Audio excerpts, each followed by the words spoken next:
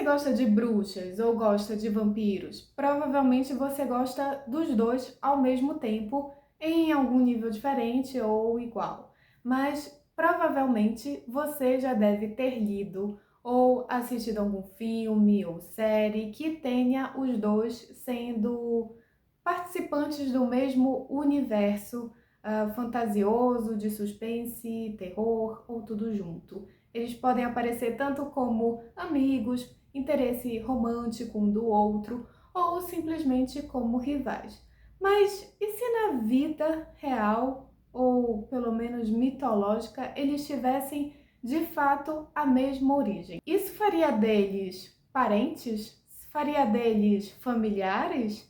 Seja muito bem-vindo ao canal História e Bruxaria. Aqui você vai encontrar diversos conteúdos sobre Inquisição, caças bruxas, bruxas reais, bruxas mitológicas, bruxas folclóricas, lendárias e tudo aquilo que tiver conectado a esse universo místico e muitas vezes político que faz parte ali da história da humanidade, dos tempos mais antigos até a atualidade.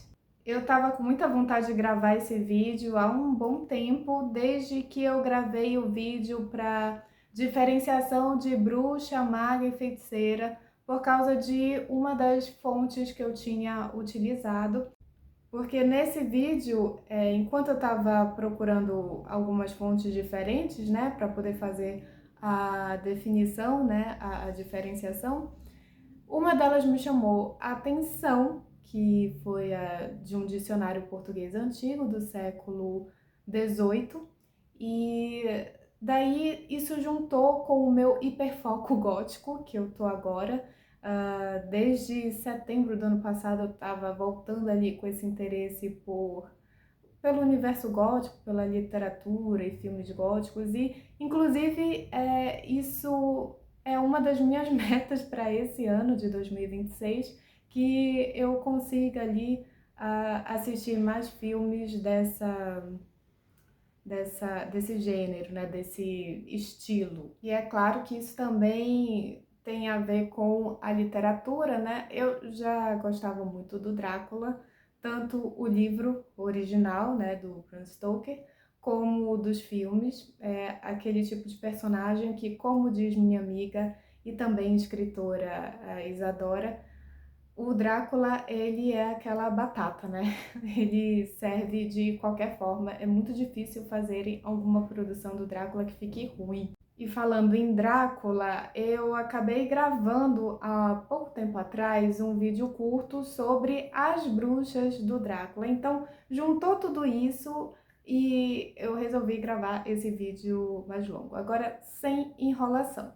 Me chamou a atenção que no dicionário de Bluetooth, que eu menciono, né, faço a referência no vídeo da diferenciação da bruxa para feiticeira e para maga, tem uma parte ali abaixo, né, do que significa a palavra bruxa, faz uma referência a Strix.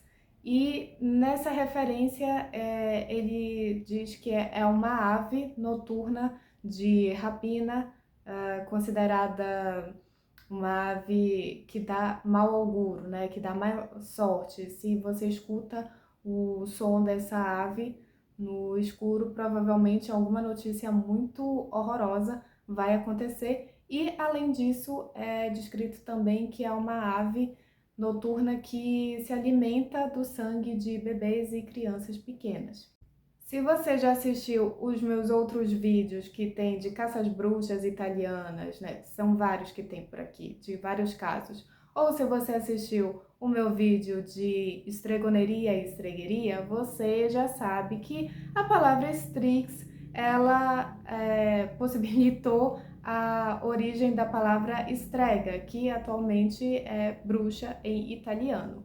Além das tricks, a gente tem na Idade Média uma ampla associação que foi estendida ali da bruxa medieval com o animal a coruja, por se tratar de uma ave de rapina, um animal noturno, muito associado à sabedoria, astúcia, mistério e, de certa forma, ser um animal que pode ali atacar, é um animal que é perigoso se ele quiser, né? Se ele estiver ali caçando.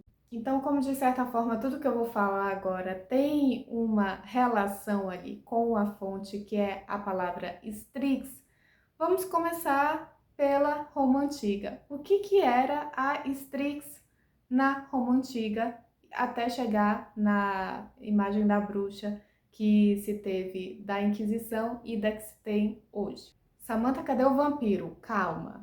Na Roma Antiga, a palavra Strix significava uma ave de rapina monstruosa e sobrenatural, que ela teria sido amaldiçoada pelas divindades, especialmente por Zeus, por se alimentar do sangue de inocentes, principalmente bebês recém-nascidos e crianças pequenas. Mas ela também não dispensava um adulto caso encontrasse dando bobeira no escuro. Como se ela já não fosse uma criatura assustadora o suficiente para os romanos, quando passa para a Idade Média, ela ganha um poder adicional, que é a sua capacidade de transformar a sua aparência durante o dia, principalmente em uma aparência feminina, ou seja, ela se passa como uma mulher, na maioria das vezes, cuidadora e principalmente como ama de leite, porque de noite ela, quando está sozinha ali com o bebê ou o recém-nascido ou uma criança muito pequena, ela volta à sua forma original quando está todo mundo dormindo e se alimenta violentamente daquela vítima inocente. E como a maioria dos mitos antigos, principalmente pagãos, a gente tem a criatura monstruosa em alguma situação que ela pode ser benéfica para a pessoa que for mais inteligente, mais esperta do que ela. No caso, as asas dessa criatura, se alguém conseguir alguma asa, alguma pena dela, dá para utilizar como poção do amor, e essa poção do amor ela é infalível. E também, dependendo da forma como você chama o nome da Strix ou Strig, esse animal, essa criatura pode acabar agindo como um protetor. Então, só vai atacar a outra pessoa ali que, inocente ou não, pode talvez ser o seu inimigo ou querendo te atacar.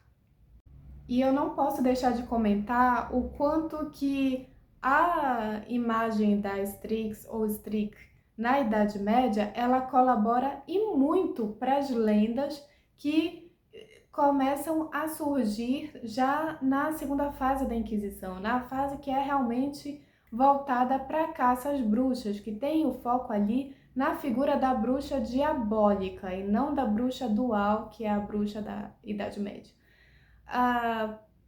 Muitas das lendas, talvez vocês já tenham assistido algum filme, né, retratando isso, que as pessoas acreditavam que a bruxa diabólica, ela roubava, né, ela sequestrava o bebê do seu vizinho, tudo, para praticar rituais satânicos, diabólicos, e muitas vezes para beber o sangue de um inocente, né, que seria do bebezinho ali, tadinho. Então, considerando que a palavra de origem é latina, né, e que esse mito ele nasce ali da Roma Antiga, ele ganha uma força muito grande na Roma Antiga e se estende, se amplia pela Europa e pelo leste europeu principalmente, faz muito sentido a Strig se transformar na palavra, mais tarde, né, não é que se transforme, mas dá origem à palavra estrega, né? Porque os mitos e as figuras que a gente tem, né, no imaginário de cada época, eles bebem, né, de outras lendas, de outros mitos de épocas anteriores à vivida, à experienciada. Saindo da Strix e indo para o Strigoi, ou a Strigoi.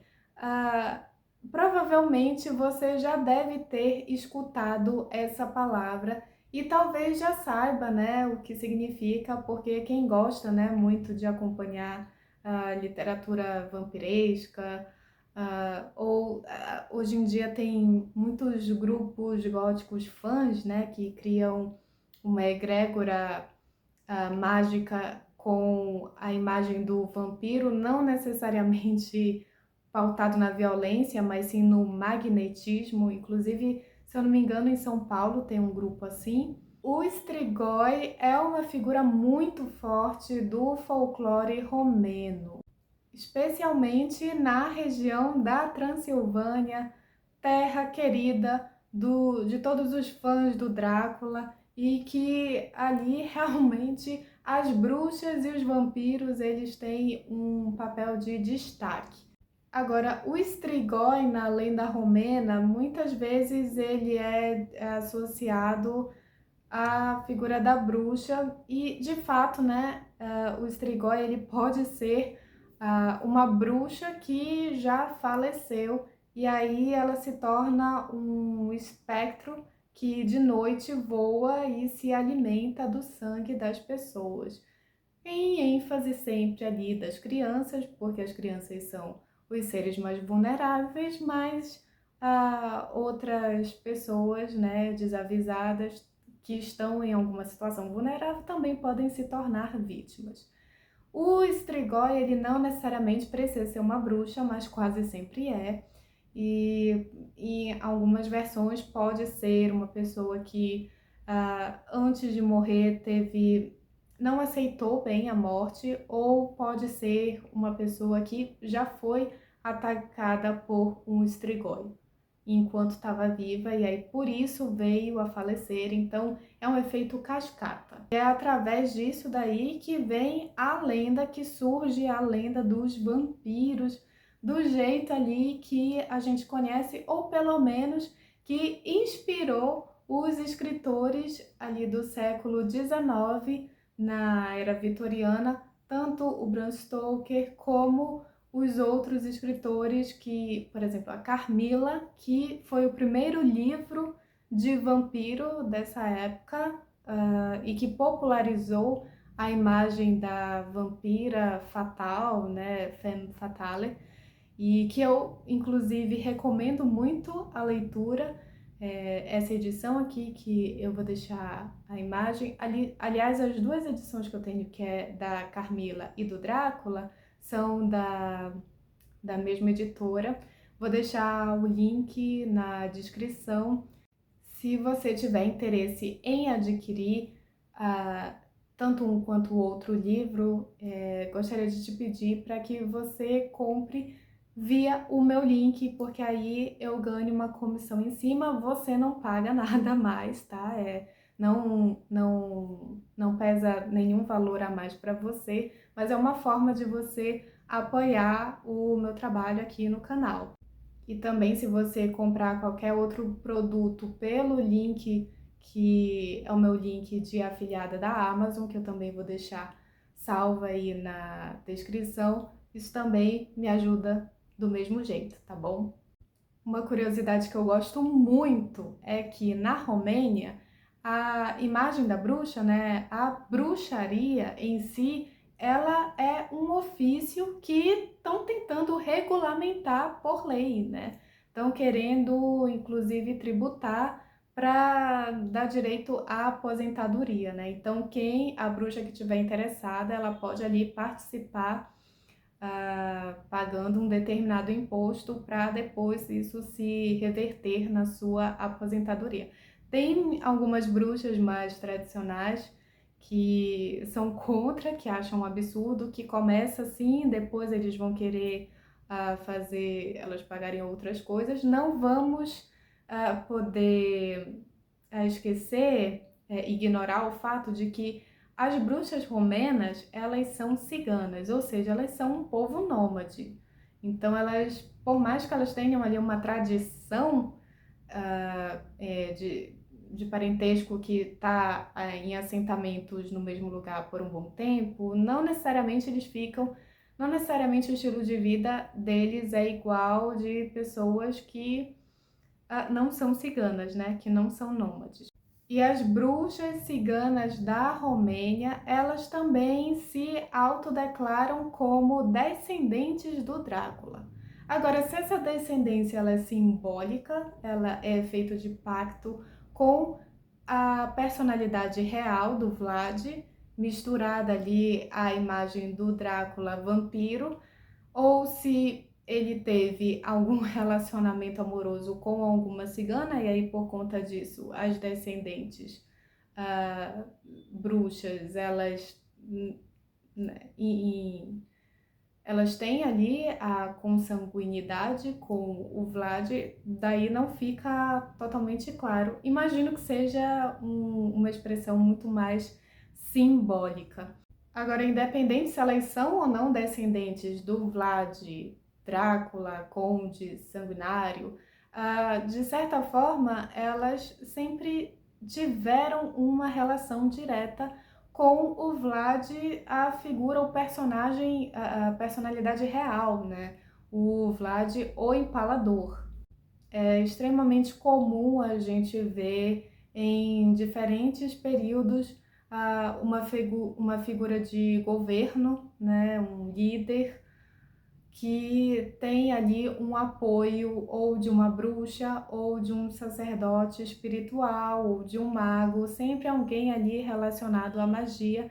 E como as bruxas ciganas romenas, elas têm ali uma cultura muito misturada com a cultura romena em outras áreas, é muito natural que os ciganos acabaram que se tornando, de certa forma, aliados ao Vlad nesse quesito mágico.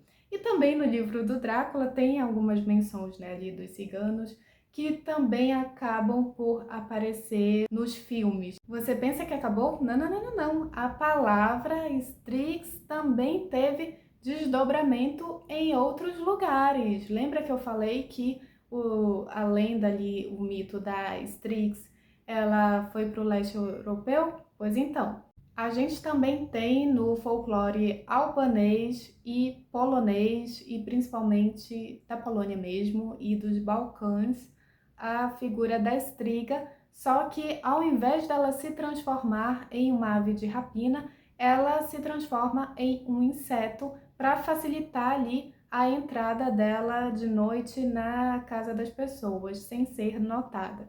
E daí ela também tem um foco maior nas suas vítimas, sendo bebês ou crianças pequenas ou pessoas idosas ali que não conseguiriam ter uma reação. Geralmente é retratada como uma mulher solitária e amarga e, enfim, que ninguém gosta dela durante o dia. E aí de noite ela se transforma ou em uma mosca ou em uma mariposa, em algum inseto voador desse tipo.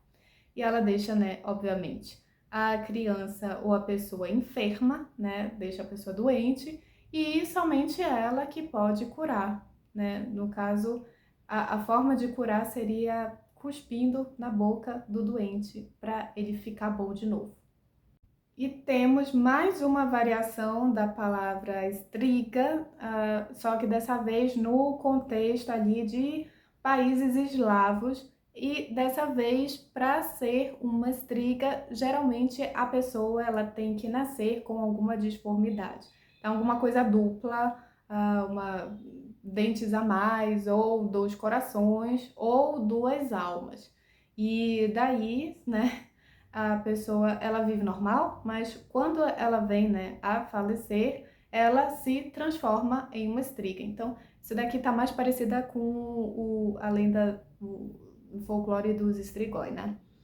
Então, nessa versão ela costuma viver geralmente mais isolada, né? Viver entre aspas, né? Depois, né, de acabar com a vida humana dela, aí que ela passa a se transformar nessa criatura monstruosa. Ela só ataca de noite, geralmente ela vive ali nas sombras, né, das florestas, ela ataca qualquer desavisado. E o jeito, né, de evitar que uma pessoa que tenha nascido com alguma deformidade se transforme após a vida, né, a finitude da sua vida, em uma criatura monstruosa é cortando-lhe a cabeça e colocando ali a estaca no coração, o que muito provavelmente ali gerou a lenda, né, que a gente conhece atualmente, foi o que inspirou as produções literárias e cinematográficas de que é o jeito certo ali de botar fim no vampiro.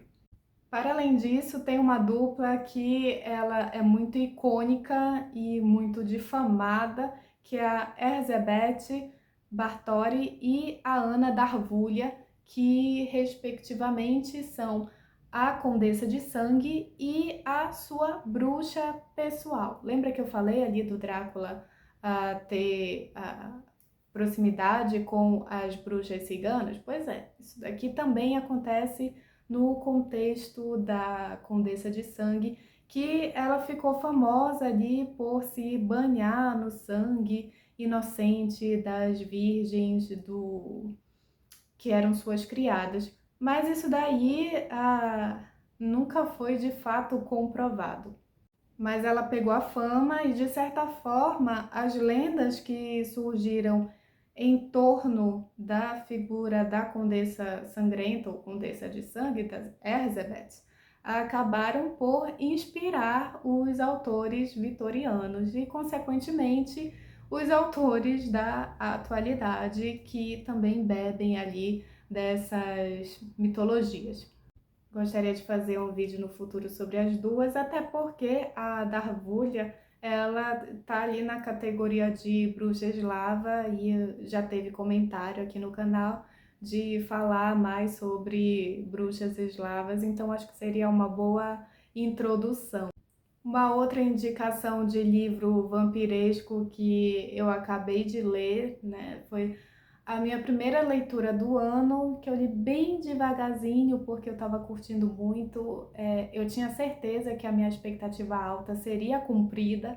É o livro Vitório ou Vampiro, que é da Anne Rice. Todo mundo conhece, todo mundo que gosta de vampiro conhece ou já escutou o nome da Anne Rice, principalmente por causa do filme e depois da série Entrevista com o Vampiro, que eu também gosto demais. Vou deixar o link do livro na descrição também, mas eu preciso dizer que a qualidade ali da impressão não me agradou muito. Inclusive, quando eu fiz a avaliação pela Amazon, eu dei 4 estrelas só por isso, porque se fosse pelo conteúdo em si, eu daria 5. E por último, eu vou deixar também linkado o meu livro, que é O Círculo e Segredos Sagrados, que é um romance ficcional do período de caça às bruxas na Itália. Então, envolve mistério, envolve bruxaria, envolve perspectivas diferentes de uma mesma situação e como que os personagens eles lidam exatamente de acordo com a crença deles, ou posição social, ou gênero. E sobre o morcego ser associado à figura do vampiro, isso foi criado somente a partir do século XIX. Não achei em mais nenhum outro lugar alguma menção, mas acho que faz sentido, né? Considerando que mais ou menos nesse período foi que se descobriu ali a diferença entre o morcego que se alimenta de sangue e o morcego que se alimenta de frutinhas. Então, acho que tudo colaborou. Sem falar que assim, se pode acreditar que o vampiro ele se transforma em uma ave, se transforma em um lobo, se transforma em um monte de coisa, por que que não vai acreditar que ele se transforma em um morceguinho também? Se você gostou desse vídeo, deixa nos comentários um morceguinho ou uma vassoura ou os dois juntos, que é para eu saber que você chegou até o final. Deixa o seu like, por favor, e se você é novo no canal, se inscreva, ativa o sininho de notificações. Se você já estava aqui antes, muito obrigada por continuar assistindo os meus vídeos. Pode dar sugestão de vídeos novos, me diz aí se você quer que eu grave algo especificamente da Erzsébet com a Darvulha, que eu vou gostar bastante de fazer isso, ou se tiver outra sugestão, tudo bem? E se você também tiver sugestão de algum livro que tenha bruxas e vampiros do período vitoriano para eu ler, eu também estou aceitando sugestão, tá? Muito obrigada por ter ficado até aqui. Um beijo, tchau!